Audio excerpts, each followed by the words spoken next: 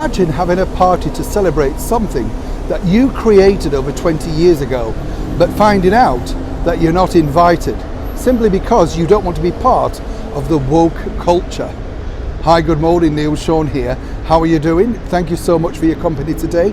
And if, like me, you cannot believe that this particular project is already 20 years old, where did the time go? Of course, we're talking about the wizarding wonder that was and is and remains Harry Potter. Now, I remember interviewing some of those very young kids at the time when the film was released. That does make you feel old, you know. Of course, I was only about 12 myself, I think, but anyway. But of course, they all went on to be very rich, very successful, and of course, very wealthy, all thanks to the powerful pen of J.K. Rowling. Now, I've got to be honest, I'm not truly a Harry Potter fan. The thing I liked about Harry Potter, really for me, was the fact that it got children reading books again. And for that, I think J.K. really deserves, a huge pat on the back. Truly, people started buying books again just on the back of that popularity.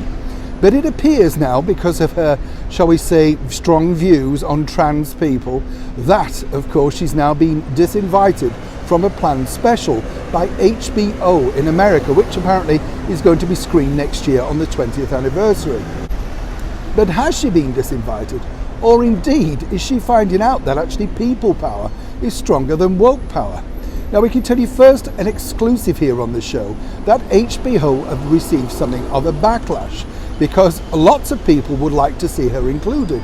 I think really to get her take on what it was like when the movies took off and became such international successes, virtually saving the British film industry at that particular period. Trust me, they took so much at the box office.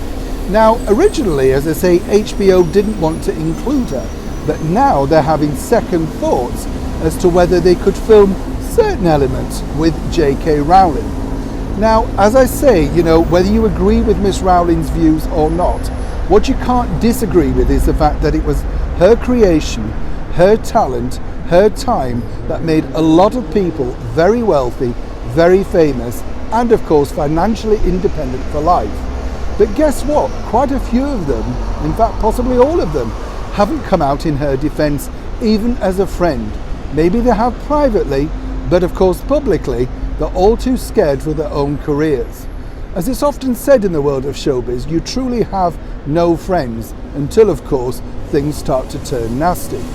But if HBO truly do turn the tide back and decide to let Miss Rowling appear on this documentary, then of course it would be really a definite feather in the cap for all of those who are indeed anti-woke.